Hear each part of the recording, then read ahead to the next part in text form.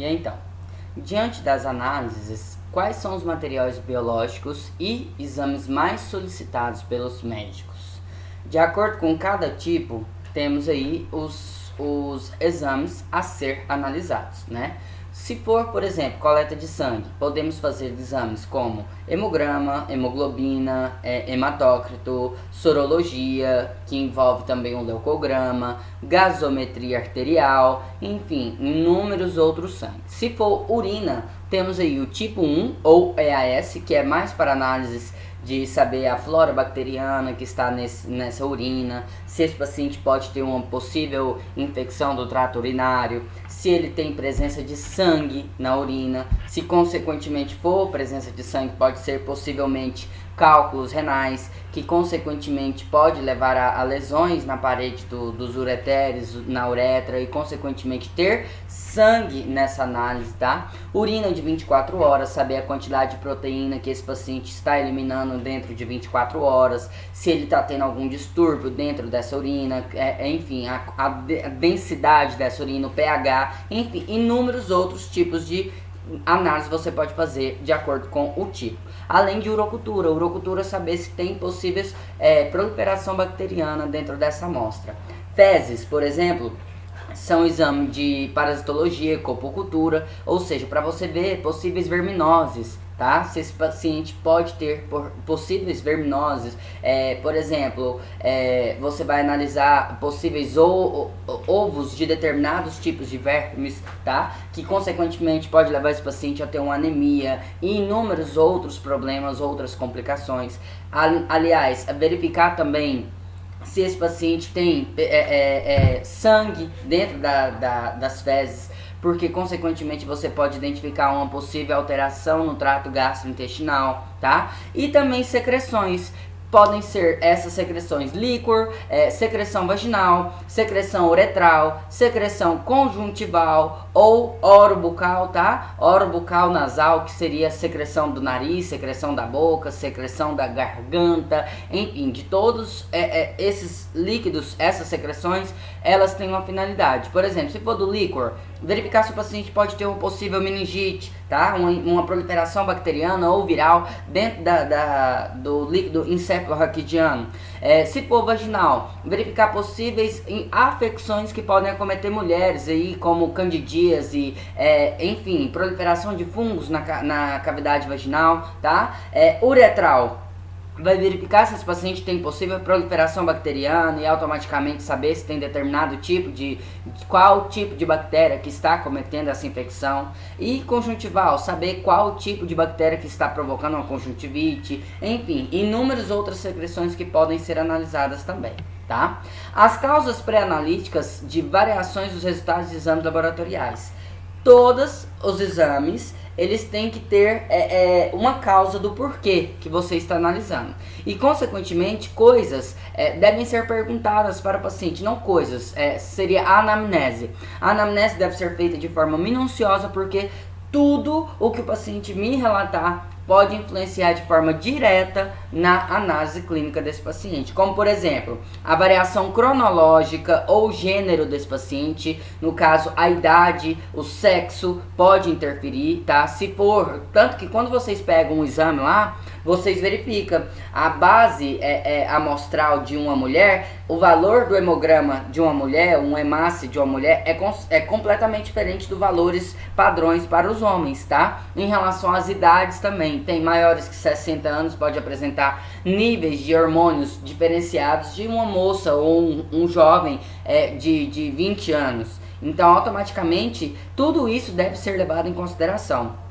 A idade, a posição, a atividade física, se é um paciente sedentário, se ele está de jejum, se ele está de dieta, quais foram os alimentos restritos diante dos últimos dias, se ele está em uso de fármacos ou de uso de drogas de forma abusiva, aplicações de torniquete, o procedimento diagnóstico, tudo deve ser feito de forma correta. A infusão de fármacos, se ele está fazendo uso de determinados medicamentos, tá? Se ele tem predisposição a hemólise ou lipemia. O que é lipemia, professor?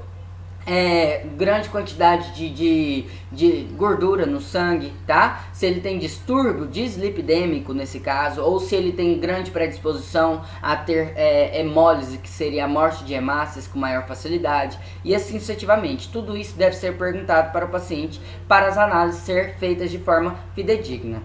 As instruções importantes que devem ser passadas ao paciente.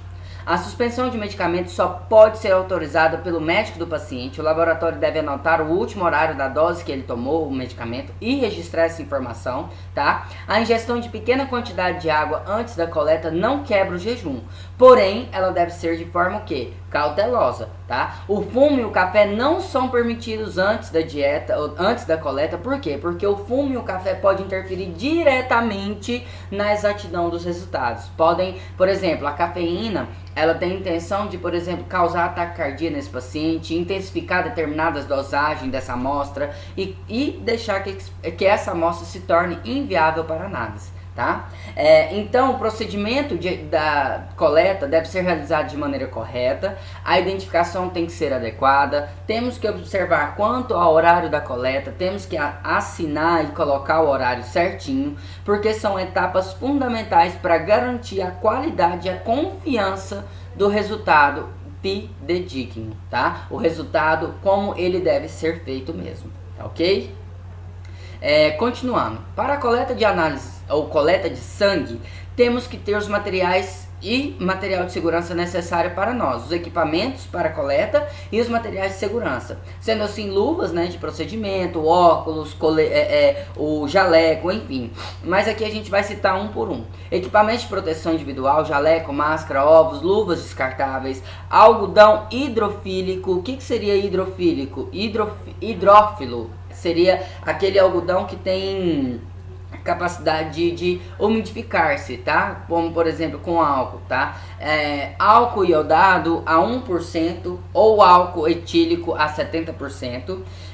Agulha e seringa descartáveis. Agulha e seringa descartáveis. Ou seja, utilizei essa agulha e essa seringa, automaticamente eu vou desprezá-la. Jamais eu vou reutilizá-la com o mesmo paciente que seja, tá bom? Eu tenho que descartar. Por quê, professor? Eu posso usar nem com o mesmo paciente? Não, jamais, gente. Porque quando você retira a agulha de um paciente, dentro do canhão da agulha pode ficar fragmentos do sangue coagulado. E ao introduzir nesse paciente novamente, você pode fazer o quê? Levar esse coágulo para dentro da corrente sanguínea do paciente, e até mesmo a partir do momento que eu retiro, eu já contamino aquela agulha e coloco no paciente novamente, então deixa aquela agulha contaminada e leva a contaminação para dentro da corrente sanguínea desse paciente. Então, agulhas e seringas descartáveis. Sistema a vácuo, suporte com tubo e agulha descartável. Isso aí são, no caso, essa imagem aqui, ó, mostra direitinho, ó. Isso aqui é um sistema a vácuo. Você coloca uma agulha descartável nesse frasquinho de plástico aqui, e aí funciona o paciente. Funcionou? Na hora que você funciona o paciente, você vem com o tubo e conecta o tubo dentro desse frasquinho. Esse frasquinho automaticamente já puxa o sangue. A pressão desse frasco faz com que o sangue entre para dentro dele. Você retira, aí pode pegar outro tubo e colocar. Pode retirar, pega outro tubo, coloca quantos tubos você quiser encher através desse sistema a vácuo, tá? Tubos de ensaio com tampa, etiquetas para identificação de amostras, caneta, porque você vai precisar anotar todas essas informações, recipiente com a boca larga, com paredes rígidas e tampa para os descartes de materiais pérfuro-cortantes, de acordo com a RDC de 306/04, e estantes para os tubos, que seria aquele frasquinho, aquele recipientezinho que tem um monte de como é que fala? Um monte de quadradinho que você coloca os tubos de ensaio quando você termina de coletar. Então, aquilo ali, tá ok? Os procedimentos que devem ser observados para o início da coleta de sangue. Primeiramente, o local da escolha da punção da veia, tá? De preferência a gente escolhe as veias basílicas ou veias medianas e acefálicas, que são as mais utilizadas. A basílica e a mediana é a melhor opção. Seria, no caso, basílica e a mediana, que são essas duas aqui, ó, que ficam exatamente na dobra. Por quê, professor? Porque elas são mais propensas são, no caso, mais propensas a uma pressão maior e automaticamente não deixar com que aquele sangue tenha tanta facilidade de hemólise. Mas a veia basílica é a melhor opção, pois a cefálica, no caso, ela tem maior probabilidade de deixar roxo o paciente, tá ok? No caso, opte pela basílica, a mais lateral do que a central. Tá? A central, ela pode deixar com que o paciente fique com roxidão, uma equimose no caso. No dorso da mão, ou arco venoso dorsal, é o mais recomendado para ser coletado, que seria essa aqui, ó. No caso, no caso é de maior calibre, literalmente, visivelmente, quando você vê, ela é a de maior calibre. Porque, primeiramente, vai ser menos doloroso, tá? Comparado com as outras, e automaticamente é a mais recomendada por ser mais calibrosa e não ter tanta predisposição a acontecer o que nós conhecemos como que a veia arrebentar, tá? No caso, a veia ter probabilidade de ter sofrer perfuração de forma incorreta e extravasar, tá bom? Então, no caso, a mais calibrosa é a mais ideal, que no caso é o que nós conhecemos como a da dorso da mão, no caso, o arco venoso dorsal, que ela faz como se fosse um arco, tá? Ela vem aqui. Ou temos essa lateral também, que seria a veia radial. Porém, ela é um pouco mais dolorosa por conta dessa região ser mais rígida, então automaticamente pode gerar mais dor ao paciente no momento da coleta.